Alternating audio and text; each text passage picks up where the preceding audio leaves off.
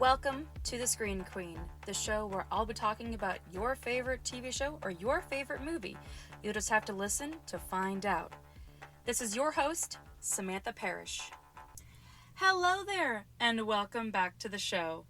This is your lean, mean movie talking machine, your host, Samantha Parrish. Who knew a movie about the dead would make people feel more alive? Coco was one hell of a movie when it came out in 2017. It even threw me for a loop when I first heard about it and thought it was a gutsy move for Pixar to pull, and everyone knows at this point, up until about, onward, that Pixar has always made the best calculated risks to make mature factors in Disney movies. But Pixar has always made sure that it stayed fresh every single year. Up when it was in 1995, and up until now, even with some questionable choices from Pixar, I've heard some things through the grapevines that Pixar hadn't been doing great these days. But at least with the way Pixar is going, that Coco is still one of the shining spectacles that has ever been made. Even to this day, it's still talked about. It might not be advertised. It might not have as much merchandise as something like Toy Story, Inside Out, Cars, Incredibles. But it hits on a certain note. This is one of those films that you can see one time and it still lives with you. It might not be your favorite Pixar movie, but it's a memorable Pixar movie that hit on the certain strings of your heart that will forever strum in your soul. It's been mentioned to me a couple of times about when I would cover Coco, and well, the opportunity finally came up, so let's get into Coco. I hope you guys got your tissue boxes ready. So I want to start up this episode with a very unique coincidence that happened during the process for creating this episode. I happened to go on YouTube early in the morning and I found a video that had some trivia about the Pixar movies, one of which was Coco. And it was said in this video from the creator Alan Tsai, which I think a lot of people probably found at this point in the rabbit hole of the internet. Anyway, in this fun fact, he stated that the co-director Alfred Molina was trying to figure out how to animate Abuelita's neck when there were scenes that Abuelita was getting angry about the music, being in the family, and that's something I didn't think about. Someone's neck to be animated, and you know Pixar, like, they got the minuscule details and the details and the details and the details. And you never question it when you're looking at some of the fantastical factors about how these characters are brought to life with emotions. Anyway, so Alfred Molina is trying to figure out, like, alright, I gotta figure out how I'm gonna make an angry neck. So he asked his mother-in-law to come to Pixar, and he kept trying to make her angry. This man could have very well died. He might as well have signed his death sentence. He was basically gonna end up like his own movie at this point. And after several hours, he finally succeeded at making his mother-in-law angry. Like, okay, you got what you wanted. You finally got the image of what Abuelita looks like angry in every part of the anatomy, but I just wonder what he had to do to make her angry. It was never said in there. I mean, obviously he's still alive, probably is going to be like getting shit for it the rest of his life. Don't know who this mother-in-law is, but he did say that it is a woman hard to get angry, so she's not really far in between the Abuelita we see in the movie. But that's a hell of a spectacle. We had to have some real anger in this movie to make it happen. So just know, when you're looking at Abuelita's neck, that was the sole mission of a director that almost died to make this possible. There's another thing that I want to share about Coco, and it's honestly can't not be mentioned, is the world building. When I saw Coco with my friend Jojo, which, ironically, I love the rhyming of the naming factor here, but anyway, Jojo and I were watching it, and we were just in awe with the amount of details in the world building behind this spirit world that we venture into with Miguel. The one thing that I still find so amusing, and I still think about this whenever I watch Coco, is the way that Jojo and I were sharing our thoughts and feelings after we wrapped up the movie, and I found out what she was really thinking about during the movie. And she had said to me, like, during the emotional moments where I was sitting there, like, just falling apart, and she's still, like, wanting to understand the world building behind Coco. So, like, I'm sitting there sobbing hysterically, oh my god, because the Hector, I'm never gonna recover. And then she's sitting there like, how is this world working? Like, thinking on that, there is so much to take away from Coco. You can watch this movie a million times, or like I said, you can watch it just one time and you'll forever remember it, but it's one of those films that you can watch and find something new that you didn't see beforehand. Sort of like when you watch Who Framed Roger Rabbit, and every time you watch it, you find something that you did not spot before, so it feels like you're watching the film for the very first time. While we were immersing ourselves into the film, I had mentioned to her that it reminded me a lot of Yu Yu Hakusho. Now, if you're unfamiliar with Yu Yu Hakusho, it is a popular anime about a 14-year-old boy that dies and gets resurrected, and he ends up having to work for the spirit world as a spirit detective. And I also covered that anime on the show, so you can venture and look at that episode at a later date. But the thing with Yu Yu Hakusho is the way the spirit world was created is it had a office set up to it. There were ogres running around with files and going on computers, making phone calls. Something like you'd hear in an actual office. And many of us have always wondered, like, well, how does it work up there? We even had something like that with Beetlejuice, where Beetlejuice also had an office setting when it came to the deceased trying to find out how they're going to do a human exorcism for their house, or what they're going to do, that whole, like, dead ritual transition thing. And we've had that for years. Beetlejuice, Yu Yu Hakusho. I'm sure there's been several other movies and TV shows that have covered that fantasy element and the whole comedic factor behind how it works. That it's not just pff, you go to heaven or pff, you go to hell. And the way Coco had it was so funny it hurts to see these skeletons with computers and having to look up information that no one gets to go to the land of the living for Tierra dos Muertos. I hope I pronounced that right. I'm sorry if I butchered it. And for some of these spirits to be told they can't transition over, or they have to have some proof. And even the very beginning of the movie, where the character Hector is trying to pass off as Frida Kahlo, which it's not going to work. It's not going to work. But you admire him for trying, and it really does feed into the world building to know how it works. And also having to get introduced to our characters very quickly, that it's not easy to get to the living world. There's so much done with those critical moments to explain the twilight zone between the living world and the dead. And I love the fact that it's Pixar. It's gonna cover death in a very fun way, but it doesn't feel like childish. It's a weird way to have to say it. It's still a children's movie, but it's Pixar. They're gonna make these fantastic ways to have a very unique way to explain how difficult it is, and to see Hector trying to like get through, and he can't get through this like pile of, which I think are flower petals, I think. Everyone walks on top of them like Jesus walking on water, but then there's Hector trying to swim through, and it gets heavier and heavier and heavier, which is kind of better than what we see with clouds usually. Clouds have always been the main thing you see making this barrier between the human world and the dead world.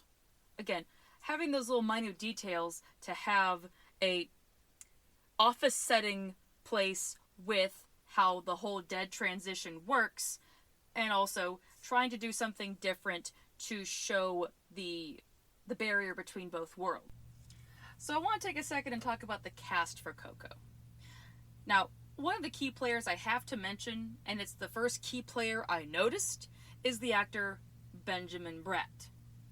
Now, if you're unfamiliar with who Benjamin Bratt is, the man's been around in many familiar projects. He was in the OG of Law and Order. He was in Miss Congeniality with Sandra Bullock. He was in Doctor Strange. He was in Demolition Man. there's something this man hasn't not been in. He's been a part of like a staple of the decades. And now he gets to be a part of the Pixar franchise, playing one of the most dastard villains in Pixar, which we'll get into much later on in the episode.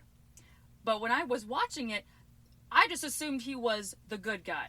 I assumed that he was playing whoever was good. I'm like, okay, it's him. Because I didn't pay attention to like who was who and what was what and remembering names. It's a great movie, but it definitely like was a little hard to have to remember key players here. It took me a couple tries to get everyone right. And to my surprise, and I even tried to like kind of gaslight myself into thinking that it wasn't true, that Benjamin Bratt was the villain. And I thought about for a second about how shocked I was. Like, really? He played the bad guy? He can't play bad guys. And I'm not saying that like he can't play bad guys, but when you know someone is so wholesome, and I've always seen him play the good guy. I love seeing him play the good guy. To find out he was the villain, I'm like, what? And then seeing how good the villain was, that really took me back. That he played into a different type of role. And in a way, that is perfect for him. Benjamin Bratt has always played the good guy, like I said. And in the film, Ernesto de la Cruz really does give you a run for your money. It's kind of like Hans from Frozen, where we're fooled for like a good chunk of the movie that Hans is a good guy, but then, boom, he becomes the villain. Same thing for Ernesto. For what he did, and the dastardly way that he just, what's it called? And the way that this man claims for fame from beyond the grave, like, wow. It is like a rusty knife cut into your stomach. And to think that Benjamin Bratt was the guy that pulled that off. And I think it works better for him playing villains where you just hear his voice and don't see him, because I would have a hard time looking at it. I do not know if Benjamin Bratt has played other villains, but this is kind of top tier. I don't know if he can ever beat the way that he played Ernesto de la Cruz. It was just perfection. And I'm forever going to be shocked, like, great, now I can't say that Benjamin Bratt plays good guys from now on. He plays good guy, and that one bad guy that I'm never going to unhear for the rest of my life. But it is wonderful for the way that the cast worked together for Coco, because this is, to me, this feels like an ensemble movie. And it does have the most giant amount of characters we've had in quite some time. We always have a collection of different characters, but sometimes that's taxing to go, wait, who was who and who was what again? Like I'd mentioned earlier, for how hard it was for me to remember all these characters. But in a way, that does kind of feel like you're getting introduced to a family. When you get to know a family, you have to remember everyone's names.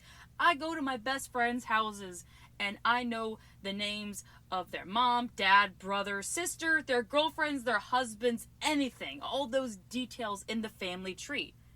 That's one hell of a way to get to know the family tree, through the ones that are alive and the ones that are dead. It's going to be a hell of a task, but I gotta contribute for how they made that. And we do have some amazing people that played the family. We have Anthony Gonzalez, who played Miguel, who, to my knowledge, that is one of the first things that he's done as an actor. It's like, man, you got one hell of a jump into the business, my bud. And of course, I mentioned Benjamin Bratt. The one thing that shocked me was to find out that my favorite comedian, Gabriel Iglesias, plays the clerk in this movie, even though he's hyped up for the other films that he's contributed to, like Space Jam. And I'm like, well, what about Coco? Like, that was great. That's not talked about enough. Anyway, moving on. And then one of my other favorite underrated actors, Edward James Olmos, who, if you don't know him, he was on Miami Vice, and he was in the Blade Runner series, both of them. He will go into something no matter what it is. He is the go-to guy. And there are many key players here. We got Cheech Marin playing a corrections officer, because of course you gotta get Cheech Marin. It's just like having John Ratzenberger in every Pixar movie. And also too, John Ratzenberger is in this movie too, playing Juan Ortonozon. Oh god, I can't even pronounce his name. I'm so sorry. I tried. Ugh. I'll get better one of these days. What was it? Juan Ortonosi. damn it. Ortondo's. You can look it up. I don't want to keep watching it. I know when I'm beat. And of course, we gotta mention one of the best characters in the film. The actor Gael Garcia Bernal plays Hector. And I'll get into Hector's character much later on in the episode. But I just want to finish up this one point to say, I like the fact that Pixar always gets a very unique cast. If you look at all the Pixar movies, they always make sure to get that the voice matches the person. Even if they do get someone who is very well known in Hollywood, the same thing matters. The voice has got to match the character. Everyone matches their character. I love that Pixar still does their niche work to still have some of the mainstays that have been with Disney to still give them a role in there, but making it minor. Like with Cheech Marin and John Ratzenberger, they're great actors, but they don't need to be the front focus of the film. They're so iconic that all they need to do is say a line and you go on for the movie. It's not going to be a confusing cameo, and you're able to give airtime to people that need to get their foot in the business. And Coco really did give a foot for a lot of people that either needed something else to work with or to give them their big break. Pixar has always had some new people more than Disney has had new people. Disney plays it a little too safe sometimes, but Pixar, no. They make the calculated risk and they make it worth it. This is such a perfect cast, and it's wonderful to hear it every single time. So there's something that I want to bring to the table about Coco. There's been many things said about Coco with how this is a movie that is the jack of all trades. It's a music movie. It's a movie with Latin American values. It's got family trauma involved. It really dives into a lot of different avenues to present this amazing story with so many layers that you can get into. You're going to find a relation with many of these layers. But here's the thing that I want to mention. With the way that Coco handled the heavy hitters of generational problems and strict family values and trying to understand what's going on in your family, is Coco technically the first one to do this? We've had future films come out later on, one being Encanto. And I thought about this the other day when I finally got the chance to watch Encanto with my friend Ams last year. Encanto also kind of has the same song and dance as Coco, and I don't mean that literally the same song and dance, but the metaphorical way of how Mirabel feels in her family and the way that she has been trying to find her way in there, carve her place in there, but there's also still something going on in the family that she wasn't told about, kind of like Miguel. And in Encanto, there is a lot dissected and discussed in there that we'll get into in another episode when we cover Encanto. But if you have seen Encanto, I want you to watch that movie and think about how there's a lot of parallels between that and Coco. Because I found a lot of parallels after I watched Encanto, and I couldn't help but think, hey, this kind of reminds me of Coco in a way. It just seems like I think they call it sister sequel, where it's not trying to be exactly the same thing, but it still has those core values explained, even if it's in a different way. But would we have Encanto if we didn't have Coco to do it first? To go into another therapeutic way from Pixar to provide this certain type of story. That's just something I thought about, want to bring it to the table. I don't have any more to say about it. I just thought that was interesting. So, I don't have a segue for this, but I can't not talk about Hector's character in Coco. Hector is one of the very few characters that we've gotten, whether it's Pixar or Disney, that you really do get to feel the length of the journey with Hector. He's just there, and it could have been easy to make Hector a kind of secondary character, sort of like Mushu from Mulan. That's the easiest thing I think about, is it kind of feels like a Mushu-like character. But with that comparison, Mushu from Mulan also had an emotional delivery of like, hey, it's going to be all right. We're going to get through this. In a way, the moment I'm going to tell you about, the scene from Coco between Hector and Miguel, is sort of like a longer version that we got between Mulan and Mushu from Mulan. And it just feels better that we got a longer moment to have with the both of them. There's been a major transition for many movies, whether it's an animated movie or any type of genre, that we're getting moments to sit with these characters. Most times with emotional deliveries, we have the emotional delivery and then boom, we're off to the third act battle or the third act breakup or something. You sit with these characters. You sit with Miguel as he is confessing how horrible he feels, that all he wanted to do was play music, and if he knew this, then he wouldn't have done what he did, but it's literally not his fault, and Hector is trying to comfort him and say, hey, it's okay, it's okay, it's okay. Like, you didn't see this coming. There's really nothing to say. He got betrayed, he got bamboozled. We all felt betrayed and bamboozled when we found out the plot twist of the film. And we're sitting with two characters that have been to hell and back. Well, another way of hell and back, because we're not really in hell, we're in the spirit world, but we don't get too many emotional deliveries like that don't have to have a moment to be fixed. It's not going to be, oh, well, things will get better, because we don't know at that point. They're stuck. But they get to have this emotional moment together, and we sit with that to get all their emotions out, and it's not taken away so quickly to not have the time to process those emotions. And we get that with Hector. And I've rarely seen a character that we get to have another layer to see him go from kind of a sort of like a slapstick character to someone that changes the way that he feels about Miguel. He's like, this is a kid and he's hurting and I want to help him. Like, there's a lot of heart to Hector that we haven't seen yet, but we knew that it was there, and we got to have that moment with Hector. And Disney gave us that with Coco. Pixar gave us that with Coco. I've seen a lot of emotional moments in my life. There are some things I will probably never recover from, but Coco is one of those moments that I can still watch, and it's not going to hurt me as much, because that, in a way, that scene feels like a giant hug I did not know I needed. You feel the warmth of that love in that scene, and we will forever have that moment. I can't think of another movie like that. Well, I can, but not like the way that this scene played out.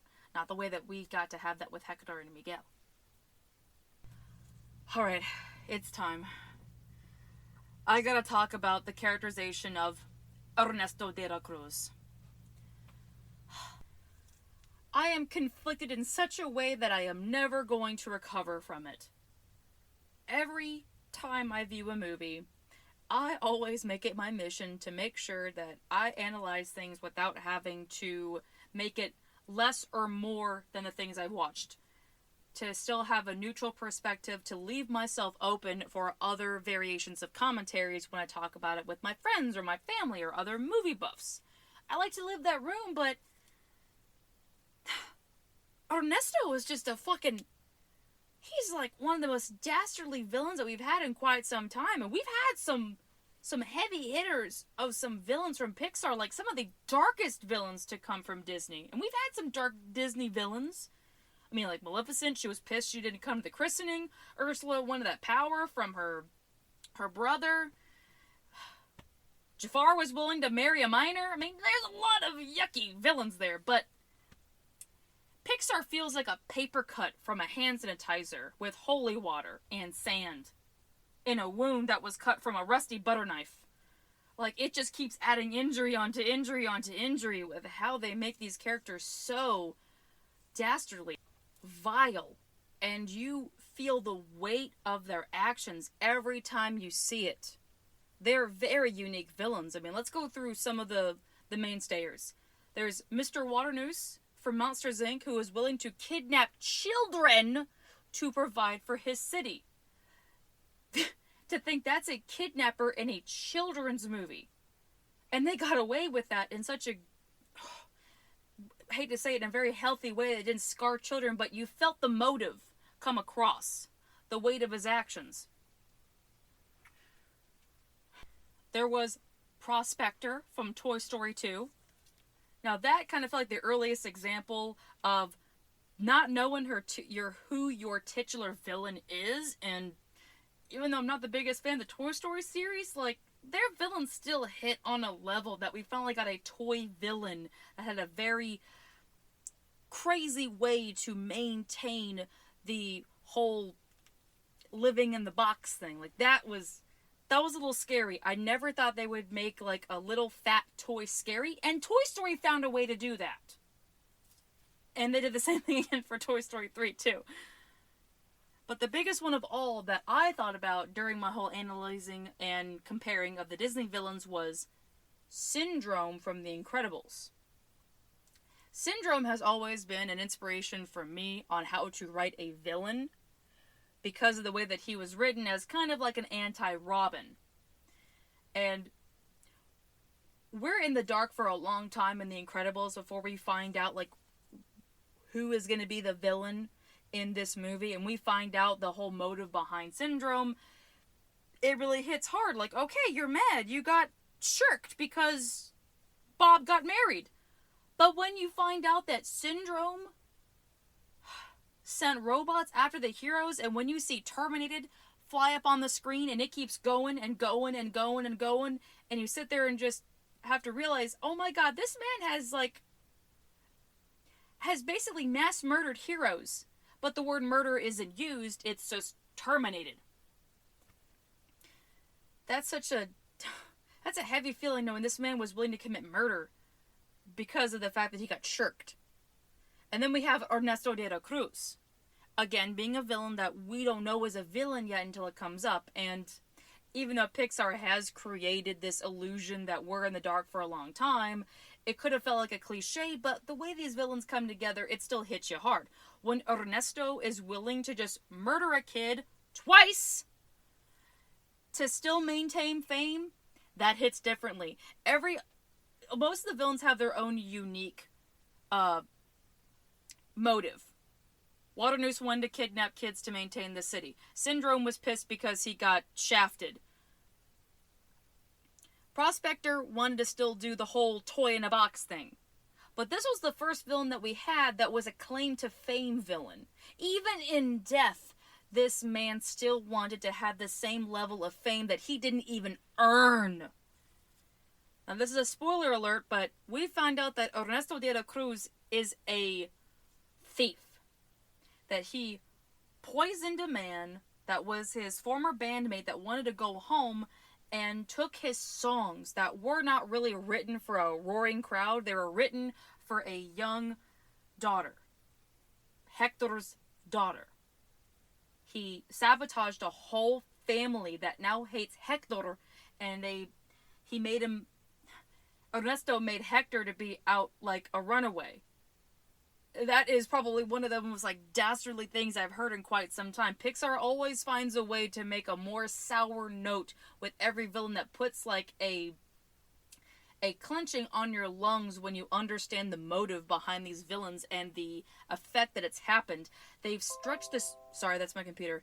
They've stretched this plot out so much that you're holding on to it, and then finally when you find out what happens, you look back and then that rubber band snaps you in your stomach to realize, oh my god, they've been mad at this man for no reason. He was framed.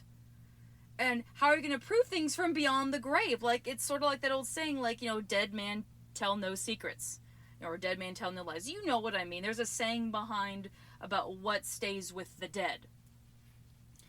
And that's why Hector hasn't been able to get across at all these years. He's been forgotten because he's been hated for no reason all these years.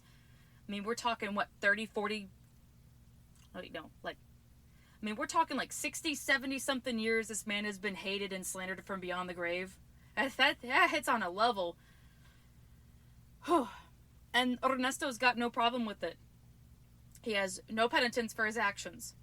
And it really changes the way you saw him, this character, from being this very panached, bravada character. Even from the very beginning when we see him and he's introduced as this lavish singer that sings the song Remember Me. And not gonna lie, when I hear his version of the song, as much as it sounds like something you hear on the radio, I hate it. I hate it for the absolute accurate reasons because of his character, that it's not his song.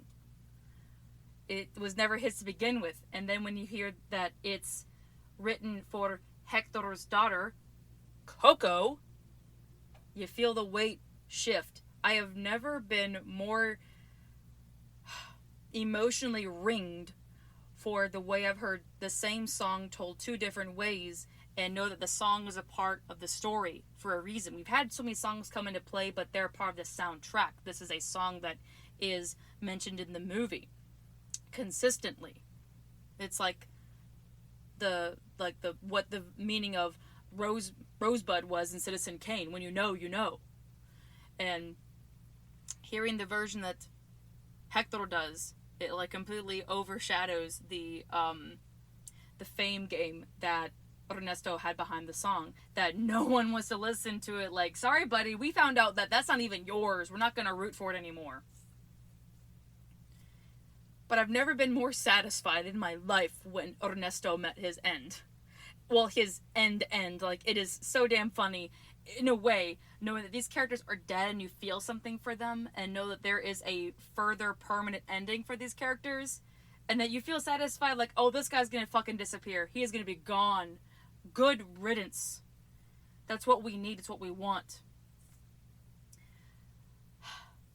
It was a definite high point factor for me for Disney villains. And in a way, Coco was sort of like that changing factor. We've had so many villains change over the years where we either have no villain at all, or we have villains that don't really make the mark like the other ones we had in the 2000s. Or the 2010s, there we go. I keep forgetting what generation I'm in. I'm getting old now. It's a weird feeling to be 28 and having to like recall these different decades of movies that I've watched. But above anything else, I don't think I've ever felt the weight of a movie as powerful as this one, with the way this movie talks about death. There are varying degrees that we have in the movie, despite the modern way that they have portrayed the spirit world. The values are still there with the way we think about our loved ones beyond the grave, where they're at, what are they doing, are they happy, are they with our loved ones. It does depict something that we all feel, even if we don't say it a lot. And this movie really does make you think about death in a healthy way, something that you already know, something that does make you appreciate the memories more, and the weight that you have with the memories of your loved one, that you have to carry on those generations. Everything gets passed on one by one in the family tree.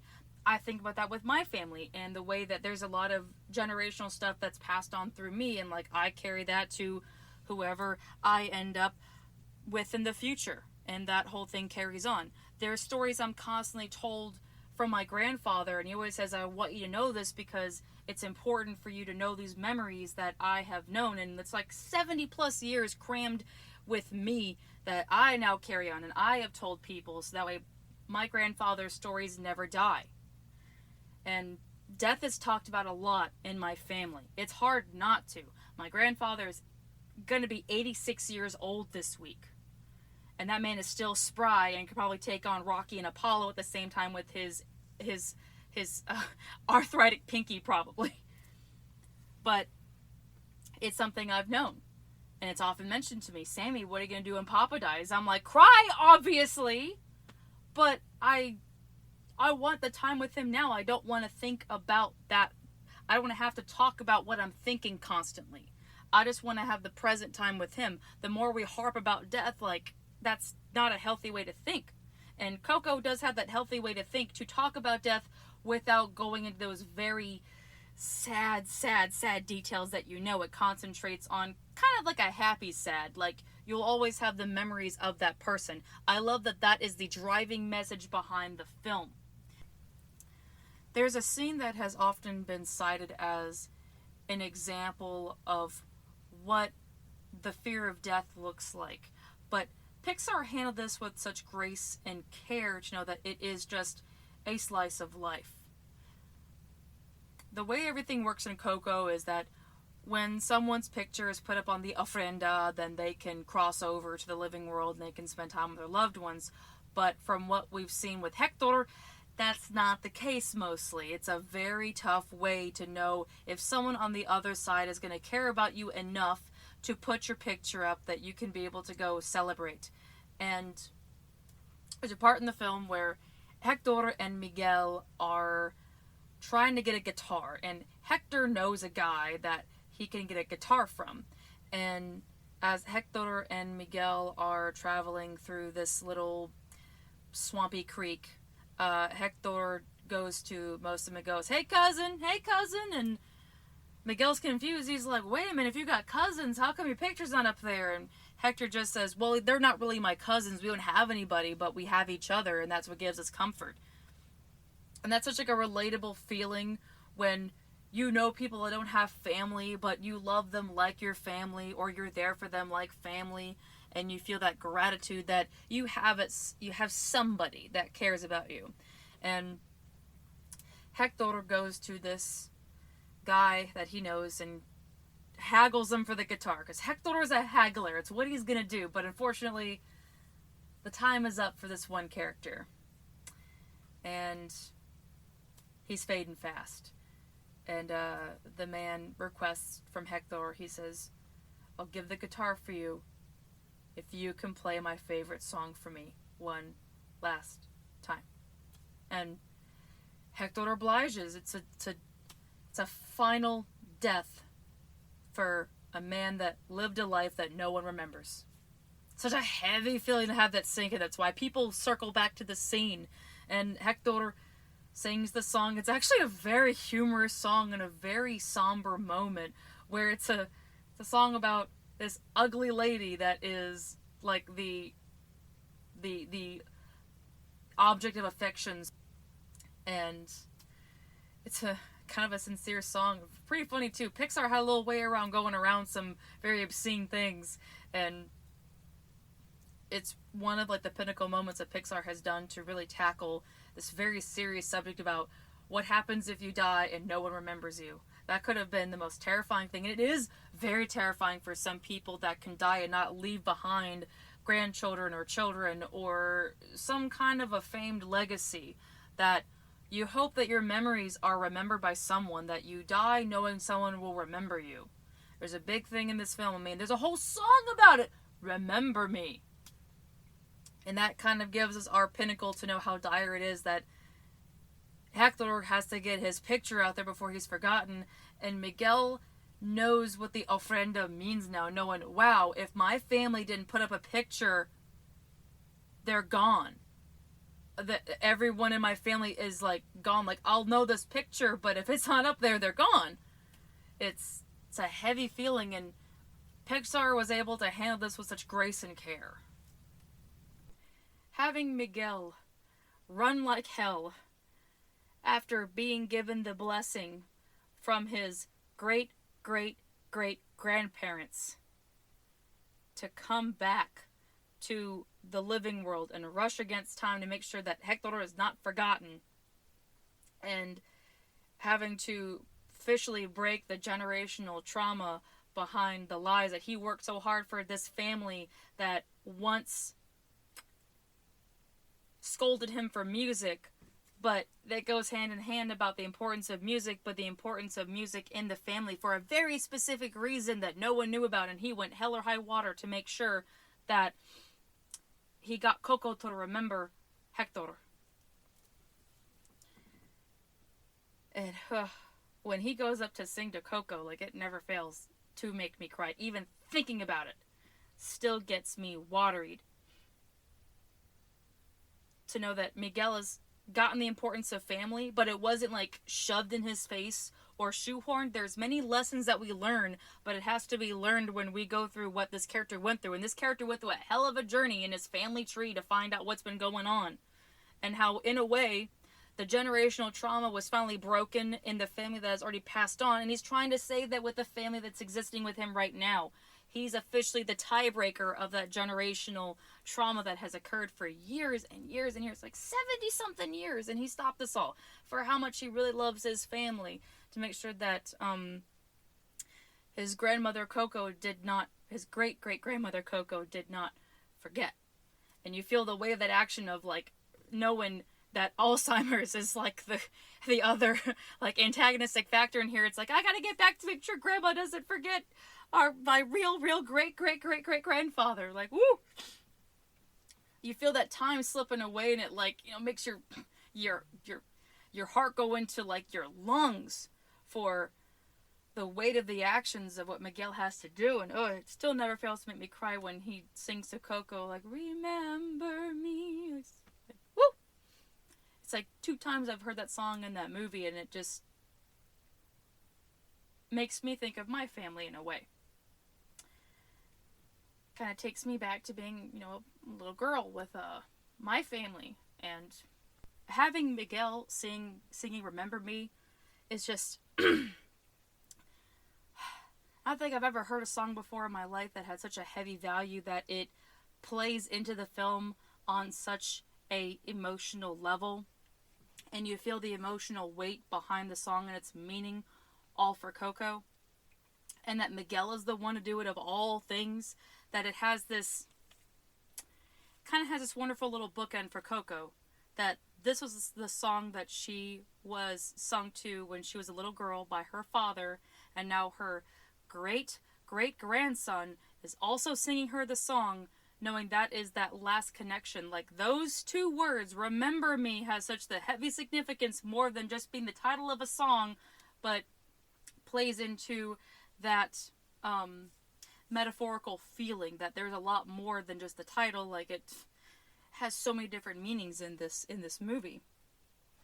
And when we look at the lyrics, like, how can you not feel the weight of it every time?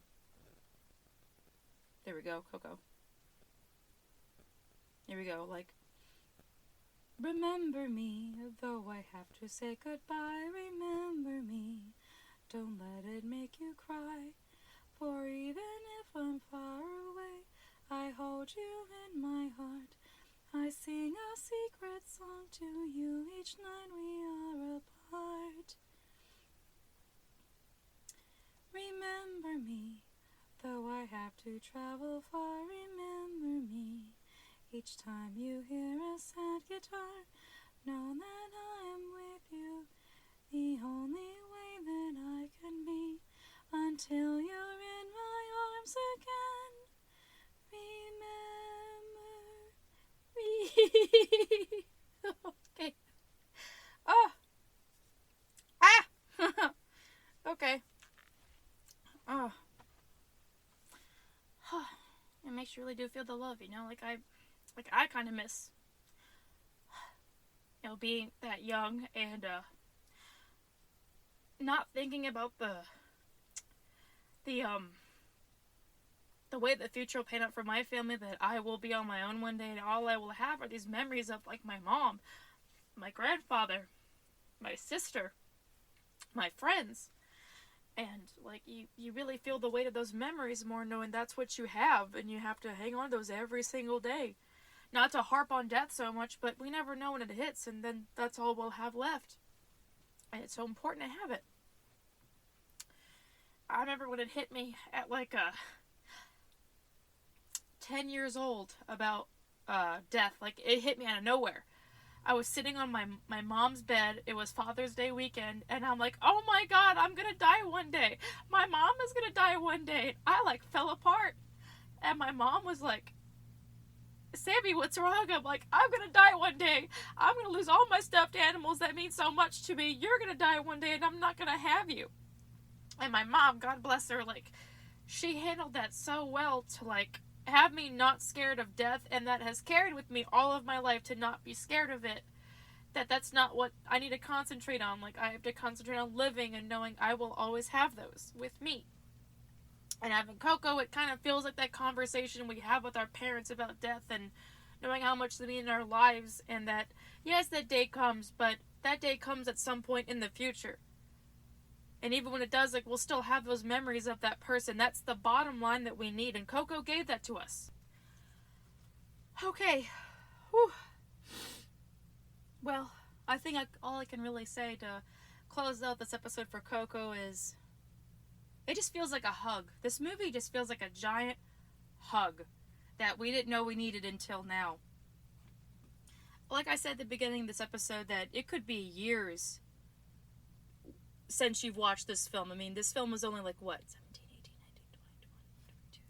17, 18, 19, 20, 21, 22, 23, 7 years old, and people still remember the day it came out. People still remember the values behind it, how much they hated Ernesto, how much they felt the plot twist of Hector being Miguel's great-great-great-great-grandfather, and knowing what it took to keep his family together, feeling the weight of emotion behind the film.